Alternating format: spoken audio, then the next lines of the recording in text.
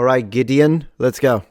In Old English, they didn't have the word pleasure, which is a word borrowed from French, plaisir. Instead, they might say life win, literally a life win. Today on Let Them Talk TV, we're looking at the difference between Old English, Middle English and Modern English and the epoch-defining events that caused these changes. It's English, but not as you know it. Stick around because it'll be a life win for you. If you're ready, then let us go on. That's let's go in Middle English, by the way. Man, live win. I'm going to start using it. Why not? Quatwe jar denum en jar dagum, theud kuninga, thrimje frunan, hutha athalingus ellen fremidon. That sounded great. The period of Old English, also called Anglo-Saxon, lasted from the mid-5th century until around 1150, when linguists say that the Middle English period began. Of course, it wasn't just a switcheroo in one day from Old English to Middle English. It was a gradual evolution in the decades following the Norman conquests of 1066. This graphic shows the tribes who migrated to England mainly after the Romans withdrew from England in 410 AD. The main tribes were the Angles, the Saxons and the Jutes. The Angles settled mostly in the northern and eastern regions, and their dialect became known as Anglian. The Jutes established themselves primarily... Ooh, I love the history section. I wasn't expecting it to go this historical. I was expecting more like etymology and philology. I'm all for it. In the southeast, while the Saxons settled in the southern and western areas. The Anglian dialects can be further divided into Mercian, spoken between the Thames and the Humber rivers, and Northumbrian, spoken to the north of the Humber. Side note here, the part of the Northumbrian dialect in Scotland got split off from the part in England, and it evolved into the Scots language. That's a subject for another video. Different video, of the course, Jutes dialect became known as Kentish. It was spoken in Kent. And then in the West, you have... There's a lot of Cockneys these days in Kent, am I right? West Saxon. The Old English period spanned 700 years. That's the equivalent of going back from today to 1325. So Old English covered many dialects across many centuries. You know, that's one thing that we never really think, even when we think of Latin. And we're like, oh, of course, yeah, Latin is spoken throughout the empire, and we look at the empire. But imagine the regional variations, and that's only including native speakers. Now imagine if you've got people who speak it as a second language, and you have to picture in your head what Latin sounded like with a, I don't know, whatever the heck, a Egyptian accent or with a Gaulish accent. Can you imagine that? But then again, even if we just, I should make a dedicated video to try and reconstruct what Latin sounded like with different accents. If you like that idea, and enough people say it in the comments, I'm going to make it. While there is some writing stretching back to the 7th century, and there is some Mercian writings from the latter periods, but most of the writing that survives, most of what we know about Old English comes from the West Saxon. And this is due in large part to leaders of the era, notably King Alfred the Great, who encouraged learning and, crucially, the writing of English at a time when English was under threat from the Vikings who ruled over most of England. It's insane. Like, literally, British Isles haven't had a minute of respite. Am I right? It's like, it's either you have to deal with the Danes or you have to deal with the Normans. It's like they just won't leave you alone. Among infighting, of course, that is. Of the Old English that survives, the majority of it is from the West Saxon dialect in the period 900 to 1100. In fact, from the Old English period, there is actually more writing that survives from Latin than Old English. That makes sense because the elite could read Latin and Greek in certain areas, but in general, of course, ecclesiastical authorities, they all could read Latin. One thing that I always love thinking when it comes to the medieval period, and particularly the early Middle Ages, the High Middle Ages, is the fact that they, to them, just like to us, ancient Rome was ancient, right? Oh, it's a long time ago. But it's a lot closer. It's a lot closer to the way we experience it. So they looked at, like, we see how medieval people consider the Romans. Of course, you've got the religious aspect of it. They were pagans until they converted and all that. But they look at Romans, their organization and their abilities in marvel. And we do see a lot of that. There were people that were still reading the classics, just like we read them today. The educated elites and the ecclesiastic church, they were the ones that could read it, still had a connection to it. If you're enjoying this video so far, please take a moment to check out my Patreon page. With as little as a $5 support, you can help us ensure that we can continue to produce high quality and high researched content. And at the same time, you get access to polls, extra videos, unlisted streams, and much more. Thank you so much. But we're lucky, thanks in large part to Alfred the Great, that quite a lot of vernacular writing of that period survives too. In many other parts of Europe, such as France, Italy and Spain, they weren't so lucky. In France, for example, very few texts from before the 11th century in French have survived. The ones that have survived are almost exclusively in Latin. Now, when I say a lot of Old English survives, it's all relative. Yeah. According to David Crystal, if all the Old English that we have were compiled in a bookcase, they would come to about 30 medium-sized novels. So everything we have from Old English would easily fit on one bookshelf in your living room. Love the perspective, actually. That is insane. Also, because if you think about it, the reason why there is so much Latin is not just church, but it's also bureaucracy, a lot of and law, legal aspects. Well, today is different because it's the age of information, or misinformation, if you really want to look at it. But it is like there is a lot of access to all sorts of information everywhere due to the birth of the internet, of course. But it's a bit like when you have an international language, there is more stuff in English than there is in other languages when it comes to connections between countries because of lingua franca status. Well, that was Latin in a lot of cases, mostly during the Empire and the Republic, but even in the Middle Ages, if you had to converse, like if you were a bishop, like you could use Latin as a common language, if you will, with a bishop from another country, if needed be. The most famous piece of writing from the Old English period is Beowulf, yeah. Beowulf. Yeah. It was written down in the 10th century, but it was probably created several centuries earlier and passed down orally through the ages until a scribe compiled it into a manuscript many centuries later. Double chat Actually, for we're scribes. lucky we have it at all. For many centuries, there was only one copy, and that was almost destroyed in a fire. Let me read you the newspaper clip from the time. A fire broke out in the house of Mr. Bentley, adjoining to the King's School near Westminster Abbey, which burnt down that part of the house that contained the King's and Cottonian libraries. Almost all the printed books were consumed, and part of the manuscript. Man, what a tragedy. Fortunately, Beowulf survived with only minor singeing. Singeing, that's my new word for today. I can imagine from the context it means it only got burnt a little bit. And I never heard that word before. Singeing. Singeing. By the way, I do recommend this excellent book about the story of Old English. It's called Word Hoard by Hannah Vidin, which was the source for much of my research on the Old English part of this video. I'll put a link in the description. Sounds good. That's the history. Let's look a little at the structure of Old English and how it differs from modern English. Okay, so before we do that, let me see what the contents of the video are so we can choose. So we got the grammar section, Old English grammar. Maybe I'll skip that one for now and you can check it out if you're interested in it.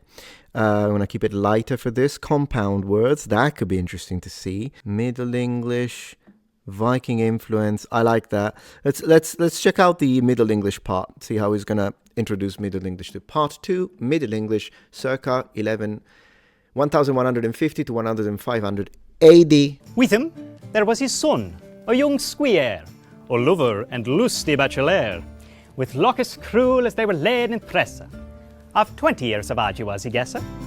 William Yeah, the I could Conqueror understand and his that. Norman army were the victors. And for the next 350 years, the language of power in England was French. Man, as an Englishman, that must have been a difficult one to record. I can appreciate the agony, you know. Or rather Anglo-Norman French. English was still the language of the peasants, but the nobility, the traders, the ruling class, they spoke French. Let's move our story forward now to 1400, well into the Middle English period.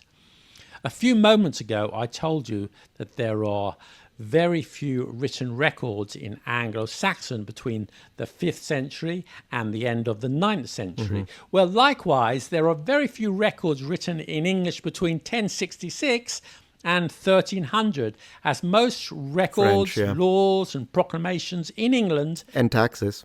at that time were written either in French or Latin. When we do pick up a piece of Middle English from Chaucer's time, it's around 1400, it's a totally different language from the one spoken in 1066. Now, that happens even without conquests, such as, you know, demographic changing conquests. Not even demographic, culturally, I should say, changing conquests, because the ruled are kind of the same. It's the ruling, and then plus some settlers that sort of change. But even in Italy, if you look at the difference between Italian from 1066, kind of an arbitrary date when it comes to Italian history, but still, and then the way they spoke in 1400s. Maybe, so in Italian at least we don't have the great vowel shift, but now they do use still, like it wasn't as impressive as it's going to be afterwards in the 1500s. That's going to be a massive one in England. Gone are the grammatical genders, no more masculine, feminine and neuter nouns. Gone are most of the inflections. English now relies more on word order, and gone is much of the Old English vocabulary, or the word hoard as they called it, replaced by words mainly from Anglo-Norman French. Up to 40%, I think, that replacement. There still is a massive bulk of original Germanic words that come from the Anglo-Saxon roots. I think those are the numbers. I'll have to double check if new research has changed the data. How did this happen? Firstly, Anglo-Saxon was already undergoing changes before the Norman invasions. Yeah, as I was saying. As I said, the Anglo-Saxon period covers, 600 or 700 years and several dialects. And secondly, several centuries of that Anglo-Saxon period, the Vikings controlled much of England, and they spoke a language called Old Norse, which was also a Germanic language. So it's similar, but not the same. In the Viking areas, Anglo-Saxons and Vikings lived side by side, trading, intermarrying and having bilingual speaking children. Can you imagine that, though? Man, that's a flex. My son can speak Old Norse and Anglo-Saxon. What a flex. I mean, for these days, it would be like, holy moly, who's what? When you meet someone who speaks a language similar to yours, but not the same, you may end up simplifying what you say to each other. Maybe in the early stages, but then again, if I were to speak to someone, if I was living near Spanish-speaking people as a native Italian speaker or Portuguese-speaking people, if I'm actually learning the language, in the beginning stages is correct, but if I do put effort into learning the language, and then eventually, no, that would be like a step that I would skip. And this almost certainly happens with Old English and Old Norse. That simplification was already underway before the Norman conquests. And it's estimated that 5% of English words come from Old Norse, by the way, and those include they, window, take, knife, sky, get, and that's just to name but a few. Man, get is a monster of a phrasal verb. Once I remember looking it up because I wanted to tell my students exactly how many possible translation of the word get you have, and the dictionary gave me something like 65 to 70. Of course, that's adding particles, because at the end of the day, I mean, and words, because of course, get up, get down, get on, get away from here. Do you think you're going to get away with it, or how we're going to get by on a single salary? Like, there are so many. Get in the car, get on the bus. Like, there are so many. Yeah, get is a monster of a word. And set is another one. You know, the sun can set, or you can have a set of forks and spoons. Set the alarm. The other influence Sunset. on English grammar was, of course, French. I talk more about it in this video here, so I'll just briefly give one example of many. And think of how often we use of constructions in English. Yes. These became widespread during the Middle English period, and it's possible it's from Normans speaking English but using French grammar, that is, translating word for word. De is of in French. So let me give you some examples. Yeah, let's go. Tale of two cities, which can be translated word for word in French as Un conte de deux villes, not a two cities tale. Right, so he's basically not using the Saxon genitive. Thing is, though, I think even in modern English, but probably that's the reason, but in modern English you don't really use the apostrophe S for things they cannot own. So you do say John's car, but you don't really say the car's door, because the car cannot own the door, but John certainly can own the car. I wonder if this kind of syntactical grammatical logic was existent in Anglo-Saxon, which would make it then accept the of structure, not necessarily as a foreign implementation from Norman French, but because of this possible inner logics in the language structure. I wonder, it's an interesting point. At the crack of dawn. Yeah. Not at dawn's crack. The end of the world, not the world's end. Although I have drunk in a pub in London called the World's End. So it does exist, but normally we say the end of the world. The end of the world's end. To me, the end of the world sounds like the time, whereas world's end makes me think of spatial, but I'm not native. So like somewhere so far away, it's in the world's end. I don't know. Coming soon. Notice that in English, both forms are sometimes possible. Yes, so of you course. could say the University of Oxford or Oxford's Oxford University. Yeah. In English, we do use the Saxon genitive. Yeah. That's the apostrophe S for the possessive, as in the boy's shoes. Yeah. We don't say the shoes of the boy. And today's newspaper. I love it because the shoes of the boy is exactly how I would say it in Italian if we were to translate it letter by letter. Not the newspaper of today, but the of form is still very prevalent. Did this change take place because of the French? Well, we cannot be certain. And there are a lot of changes that take place in English grammar that mirror French grammar. What do you think? It's an interesting theory. I'm not convinced. And we would have to dig deeper into Anglo-Saxon to see if there was a precursor to these changes before, or even at the same time as, because it takes time anyways for this to happen, the influence of French, Norman French. It'll be interesting. And it's probably not all coincidence, but to what extent, we're not sure. Again, have a look at my groundbreaking video on the influence of French on the English language. We'll check it out. For more on that. Here's a sentence from Middle English. Let's go. It's in the introduction to the Canterbury Tales by Chaucer. Befell that in that season on a day, in Southwark at the tabard as he lay, ready to wenden on me pilgrimage to Canterbury with full devout courage. At night was come into that hostelry, were 29 in a company of sundry folk, What you'll notice from that piece is that there are a significant number of French words, which I've highlighted in red, all of which are still used today, albeit with different spellings. And it's not only the vocabulary, the grammar too is not so different from modern English. What throws you is the pronunciation. What's interesting is that the pronunciation throws him as an Anglophone speaker. But in it, really, if you speak a Germanic language or if you speak a Romance language, that's how you would read it if you didn't know anything about how English is actually pronounced. Sorry for covering it. But you know what I mean? Like literally, if I didn't know, I would read it saison. Like even if I had to read it like a complete, absolute, totally ignorant who comes from a Romance language. And I'm sure it's the same in even the idea of reading every vowel at the end. That's kind of natural to all other languages, really. I can't really say all, but a lot of other languages within the at least Germanic/Romance sphere. I'm intrigued by the fact that he still read it day and lay. I would have not separated the diphthongs, and I would have said it for accuracy to the time on a de tabard as I lay.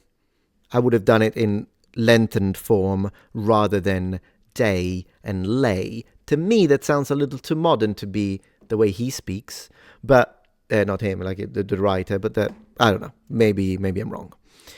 Okay, what happened to the old, let me see, early modern English, ooh, he has a section on great vowel shift. Let's check this one out and then we'll call it a day. GVS were changes in the pronunciation of English long vowels that took place between roughly 1400 and 1600. There's a lot of disagreement about the exact time. Probably regional. So, variation. for example, Let's see. in Middle English, biete. In Modern English, bite. In Middle English, met. In Modern English, meet. Okay, before we continue, I have to say there is a middle space here. I have a dedicated video.